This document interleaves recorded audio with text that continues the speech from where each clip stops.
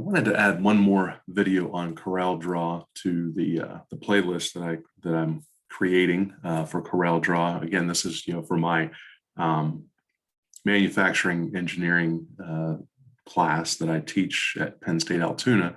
And although it's not an art class by any means, we do use CorelDRAW for printing to our laser engravers. So in this manufacturing engineering class, one of the pieces of equipment that the students are instructed on is our two of the Epilogue laser engravers that we have on the campus. And usually what I do is have one or two open-ended projects for the students to work on. And one of the things that they often ask about is being able to take photographs of, that they have, take photographs that they have taken and bring those into CorelDRAW and then manipulate them and print them out on the acrylic in the laser engraver. So I just wanted to go over a few basic steps. And again, I'm no artist by any stretch here, but these are a few things that I have learned over the years that will help improve pictures, and also when you're printing them out on acrylic, things that you can do in CorelDRAW to improve the way they look once they're printed onto the acrylic. So the first thing is I'll just go and bring a new sheet up. And again, we have the size of acrylic that we'll typically use in those laser engravers is the 36-inch wide by 24-inch high sheets of acrylic. So that's usually when I create this. When I create the new document, I have that sheet size already set up for that particular size of acrylic sheet. So I'll click OK to this. And so this is, again, this represents my my acrylic sheet. I will bring in a picture. So I'm just going to bring in a picture that my son took of a sunset out of our front window of our house, and just kind of use it to show you how to manipulate these pictures and improve the look of them. The first thing is I noticed that if I try to open, and this is CorelDRAW 2019 that I'm using to do this. And then in the classrooms or in the forced labs at the Altoona campus, we're actually using CorelDRAW 2018. The process is fairly similar. I did try this out yesterday. I noticed that at least for one of the functions, it's hidden in the menus a little differently, or at least it's called something different. But I'll point that out once I get to that point. So in order to bring these in, what I noticed is, especially I have JPEGs here that I'm utilizing, instead of just opening it, so for some reason it doesn't like to open it.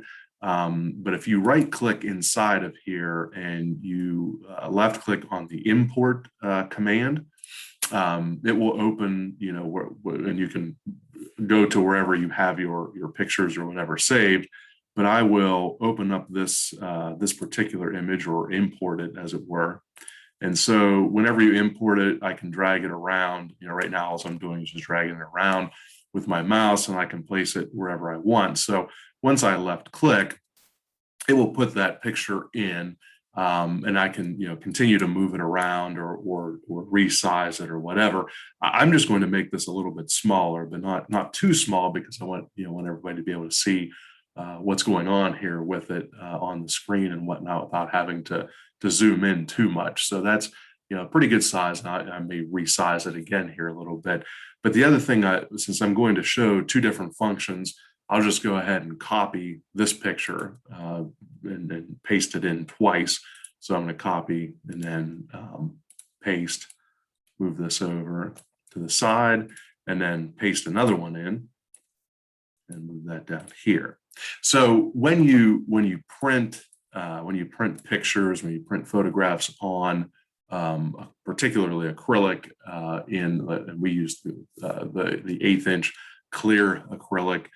When you do that, if you just print a normal picture that you have done nothing to, that you've done no effects to, it really is very clouded over. So one of the things that you can do is you can take and make the picture, invert the colors to make it look more like an old-fashioned negative that you would have used, or people still use, in cameras that have rolls of film.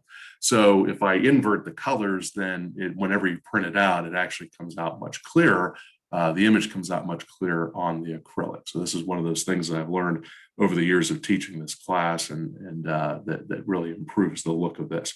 So what I'll do here is just kind of show you where that's at, and this is pretty easy to get to. So if I go into up here in the menu toolbar here, if I go to Effects and then Transform, and then there's another flyout, and then there's Invert Colors. So right now I have the one picture that I have selected. Once I select Invert Colors, you'll see now I get this picture that looks a lot more like what a negative would look like, a film negative would look like. So if I go to print that out, it will look a lot better. And actually, I did this yesterday in the labs. I took and printed out these 3 images, and you'll see what I'm going to do with this one too. And then so during class sometime here, I'll bring those those small pieces of acrylic in and show my class what it is, the difference in the way they each of those images appears on the acrylic. So the other thing that sometimes people want to do is, whenever you laser engrave onto the sheet of acrylic, what will happen is whatever side the laser is actually etching on is going to have a rough feel. So if for some reason you wanted to have the side of the acrylic facing out that was smooth instead of rough, something you can do is actually not only invert the colors, but you can also mirror the whole the picture. So if you mirror it sort of on itself horizontally, what will happen is it will turn it around so that whenever you print it on one side and then you take your finished part out of the laser engraver and flip it over, now you have the image the correct orientation or the typical orientation that you would want, but now the smooth side would be out. And again, for those of you who are my students who are watching this, I'll show you in class, probably within the next week, how exactly that looks on the acrylic. So in order to, before I invert the colors on this one, what I'm going to do is I'm going to show you how to do the actual mirroring. So if I go to Window and then to Dockers and then to Transform, so again, this is CorelDRAW 2019 that I'm working in. CorelDRAW 2018, which is in the Force Labs on the computers that are connected to those Epilog laser engravers, those the actual menu item there is not transform, it's actually transformations. So it'd be Window, Dockers, and then transformations and scale and mirror. In this case, what I'm going to do here in 2019 is select this transform, and it brings me this transform docker that comes up over here on the side. And there's different things you can do here. You can change position, you can rotate. What we're going to do is be in here and mirror it. So I'm going to keep the same scale, but I'm going to actually be mirroring the image so that it sort of flips around, so that when I print it out on a side of the acrylic, I can then take the acrylic, flip it over, and have the smooth side, the smooth non-etched side up, rather than being down. So in this case, whenever I open this up, the thing to do is to just keep this square here in the center.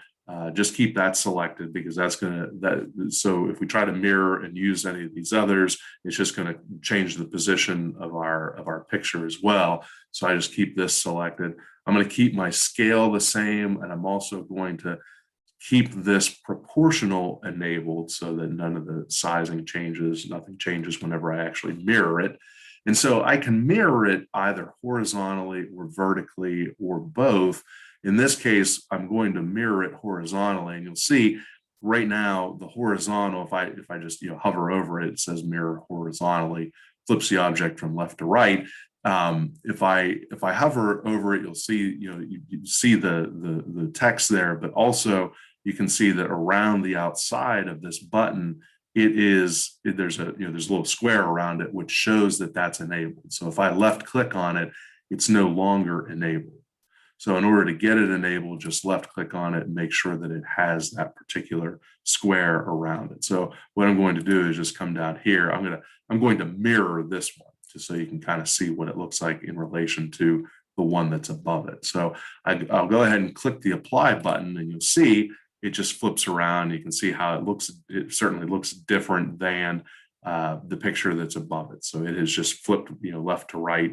And so now if I go to print this, and then I can flip the acrylic over and have the smooth side showing instead of the rough side.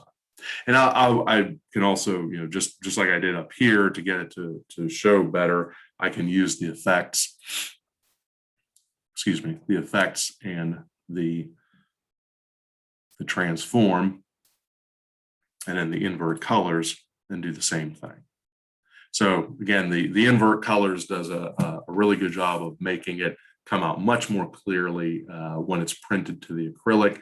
The other thing that I can do here is I can add in a rectangle to any of these. So if I want to take these, and actually what I did in the lab yesterday to experiment with this, I just took a rectangle and just kind of drew it around. You can see it snaps to these corners, and then once I have the rectangle in place, I can go to its properties, and I can change the outline to hairline.